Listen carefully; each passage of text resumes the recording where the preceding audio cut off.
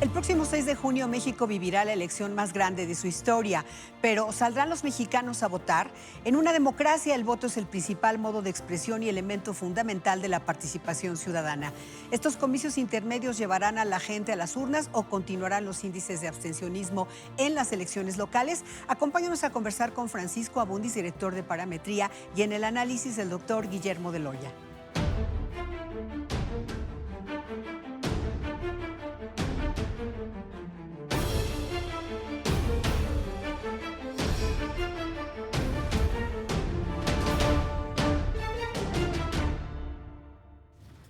Bienvenido, maestro Francisco Abundis. Lo primero que te pregunto es, ¿cuál es el indicador de la participación electoral de las elecciones más recientes? Y, pues, también si nos quieres comentar del abstencionismo.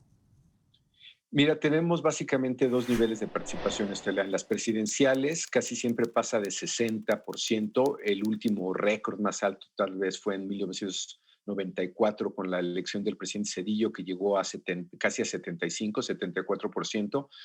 Pero en general los niveles de participación están alrededor de 63, 62% en la presidencial, que fue el caso de la última, donde ganó el presidente López Obrador.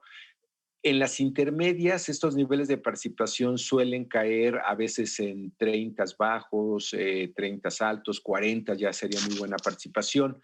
La diferencia es que esta elección, como bien sabes, va a ser la más grande de la historia y hay de por medio 15 gobernaturas.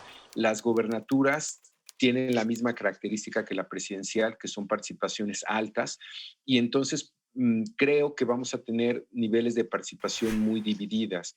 Los 15 estados del país que tienen elección para gobernador puede que tengan estos niveles de 50 altos, 60.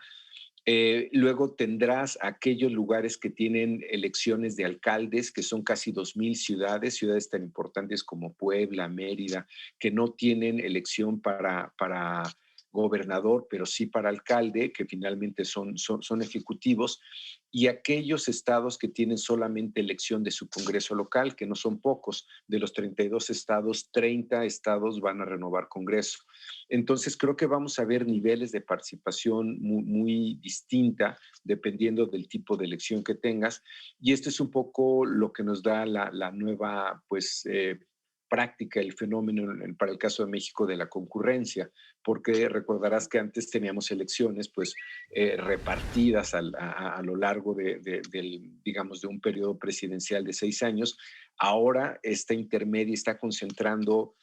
Olvídate ya de las 500 diputaciones federales, que es fundamental para la Claro. gobernabilidad del país, pero estas 2,000 ciudades, estas 15 gobernaturas, pues van a crear efectos que no hemos visto antes. Que muy interesante entonces lo que vamos a ver en junio del 2021. Sin embargo, bueno, también hay regiones históricamente, Paco, donde se vota más y menos, y también nos gustaría que nos comentaras en las recientes mediciones quiénes están participando más, hombres, mujeres. ¿Cómo ves la posible participación de los jóvenes, desde luego en referencia también al 2018? Mira, hay como dos casos para elecciones estatales, y te lo pongo de manera regional, que tienen participaciones bajas, que son básicamente los estados que podríamos decir tienen ciudades de migrantes o por sus economías. Mucha gente migra, pero no hace su cambio de dirección en la credencial de elector. Es básicamente baja norte. Digamos, ahí tienes niveles de participación muy bajos porque ciudades como Tijuana, que representa pues 2/3 de todo el estado, mucha gente viene de otros lugares del país y no registra su cambio.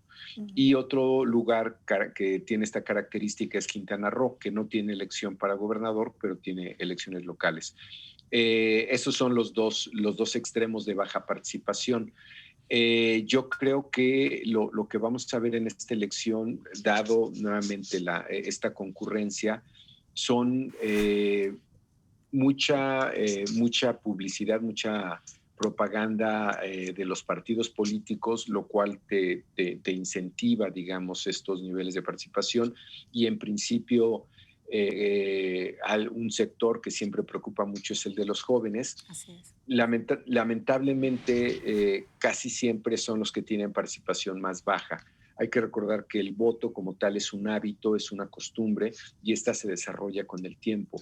Entonces, lo que siempre tenemos, digamos, y esto es prácticamente para cualquier elección intermedia o presidencial, siempre tenemos que los jóvenes son los que menos votan, los adultos mayores son los que más lo hacen, pero este es un sesgo natural prácticamente de todas las elecciones, Estela. Bien, ahora sí, si bien por distintos factores, sea sociológicos, ambientales, psicológicos, incluso o primordialmente políticos, pues mucha gente se abstiene de votar.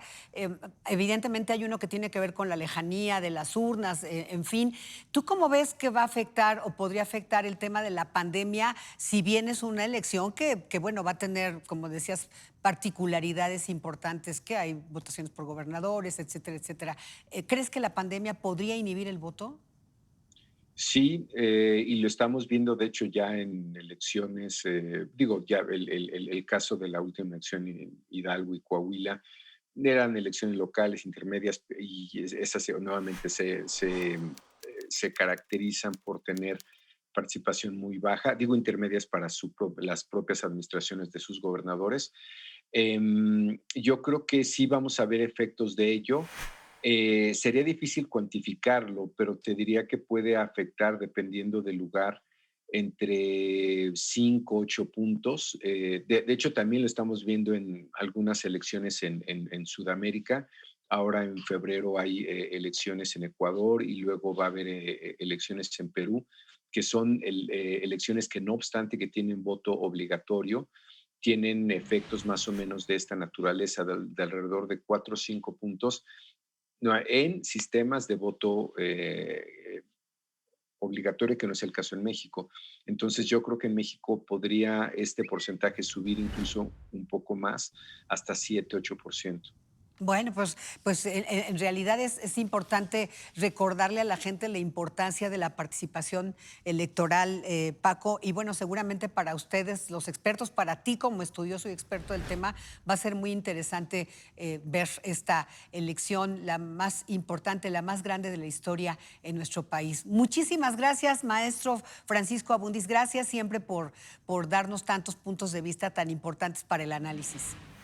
Al contrario, un gusto estar contigo, Estela, y sin duda le seguiremos dando seguimiento a esto porque, como te decía, vamos a ver efectos que no hemos visto. Nada más como una pequeña anotación analítica. Es importante distinguir que estas elecciones locales van a variar mucho en su resultado de cómo se está midiendo la elección nacional. Decir ahora que Morena va muy arriba en todo el país, hay que tomarlo con cuidado. Si bien es cierto que tiene ventaja en muchas elecciones, hay que ir elección por elección. Las elecciones intermedias o de gobernador, por definición, son locales y no se definen por grandes mediciones nacionales. Creo simplemente es una advertencia para los datos que se están publicando.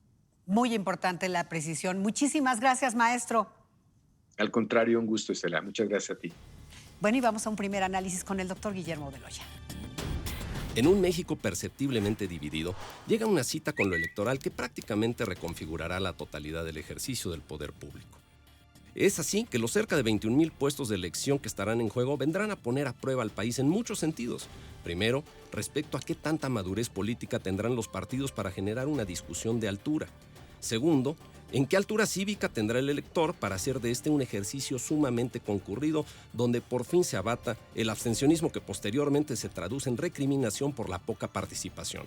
Finalmente, habrá que estar pendiente de la relación que guardarán para todos los efectos la autoridad electoral con el poder público, ya que, en razón de las notorias diferencias, se podría anticipar una justa política con matices de confrontación. Mejor, vamos todos a votar. Bienvenido, doctor Guillermo Beloya. Estela, como siempre, un gusto. Bueno, decía el maestro Paco Abundis que el voto obligatorio, como sabemos, está en otros países, pero en México siempre hay una libertad para poder participar y esto es importante para la democracia. Primero, yo creo que son puntos muy interesantes los que puso Paco sobre la mesa. Y sí, sin duda es momento, yo creo, de fortalecer y de refrendar el valor de la democracia en nuestro país. Tenemos una cultura política que a mi parecer no apelaría a la obligatoriedad, pero sí al convencimiento. Y el convencimiento de los beneficios de la democracia creo que son muy grandes y tenemos que ponerlos a la vista. Nada más en esta cuestión.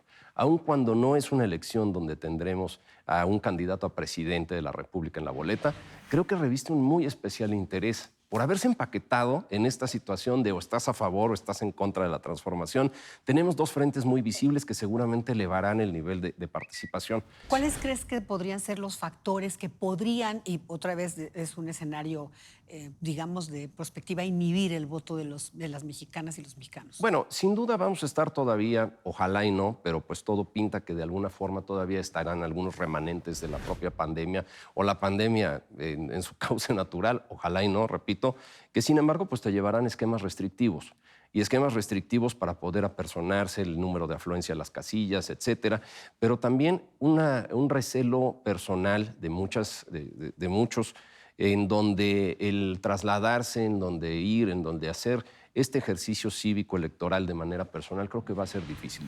Creo que ese es el principal punto. Segundo, muy importante, que creo que es una cuestión que no es de esta elección y creo que no es nada más de este país, más bien no lo es. El interés generado sobre la oferta política y sobre el real convencimiento de las plataformas de los partidos. Creo que lo que menos vamos a ver es eso. Vamos a ver una guerra de lodo muy fuerte. Considero que va a ser una elección muy peleada por lo que está en juego. Y el desencanto proveniente de esa guerra sucia o de ese intercambio de dimes y diretes, creo que sin duda también inhibe por mucho la participación. Qué importante lo que dices sobre el desencanto de los políticos y los partidos políticos que inhiben el voto. No es la primera vez, pero bueno, en este sentido, Guillermo, ¿crees que la imposición de candidaturas o las negociadas en lo oscurito, como ha ocurrido, está ocurriendo en todos los partidos, podría inhibir también el voto de la gente? Pues no es nada nuevo y sin embargo cada perfil, cada candidato, cada participante en las elecciones internas para llegar a la candidatura tiene sus propios adeptos. Y es un ejercicio común que si no es aquel, entonces todos esos adeptos se retiran de la contienda de alguna manera y se traducen en abstencionismo o incluso pues dentro de los cauces de la política también en ponerse piedras en el camino para poder lograr un cometido electoral.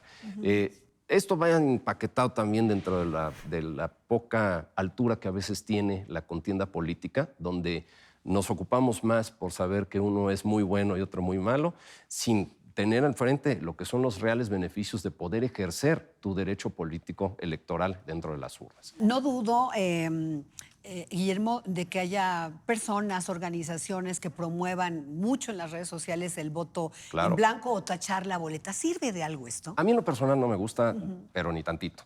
¿Por qué? Porque si ya de alguna forma estás tú manifestándote, haciendo el gasto, acudir a una urna, pues va a ser inevitable, por así decirlo de manera muy clara, el que alguno de los que están en la boleta resulte electo. ¿Qué mejor que con un voto razonado, en la auscultación de perfiles, de alcances, de partidos, de persona, puedas tú tener una decisión y esa obligación cívica que tienes para poder elegir y ese derecho electoral que tú tienes para poder ejercer tu voto, lo lleves a cabo de manera clara. ¿De qué te sirve? Porque pues, a fin de cuentas lo único que hace es engrosar una contabilización que no sirve para nada. Mejor, vamos a convencernos de los beneficios reales que tiene el llevar nuestro voto a las urnas y el tener a los legisladores y a los gobernantes a los cuales les podamos exigir al haber nosotros ejercido nuestro propio derecho. Ya lo creo. Bueno, vamos a ver este tuit, si te parece, doctor. Nos habla precisamente, es una de varias cuentas ciudadanas que están promoviendo el voto. Claro. Desde luego lo hace el INE, pero otras organizaciones de la sociedad civil lograrán su objetivo. ¿Son buenas estas cuentas que promueven el voto? Todo esfuerzo proveniente desde la sociedad civil para poder llevar ciudadanos a las urnas creo que es plausible y creo que debemos de sumarnos todos como ciudadanos. Qué bueno que se lleven a cabo. Bien, y este segundo precisamente alude a esto que comentabas tú sobre la participación de las mujeres. Este es revelador del activismo que las mujeres han tenido en los últimos años en México, en manifestaciones, claro, en demanda de políticas públicas, etcétera. El voto femenino va a ser importante. Bueno, pues estamos en ese umbral de la celebración del 67º aniversario del voto de la mujer en México y se están discutiendo temas muy importantes como es la paridad absoluta. Vamos a robustecerlo y vamos a refrendarlo con la participación de la mujer en las urnas. Eso sería lo deseable. Sí, tenemos que votar, ¿verdad? Inconcebible que antes de hace 60 años, pues apenas tengamos el derecho a votar, pero bueno, hay que ejercerlo. Hay que ejercerlo. Guillermo de Loya, muchísimas gracias como siempre. Muchas gracias, siempre un gusto, Estela. Gracias a usted por acompañarnos en una emisión más de Ruta DN40.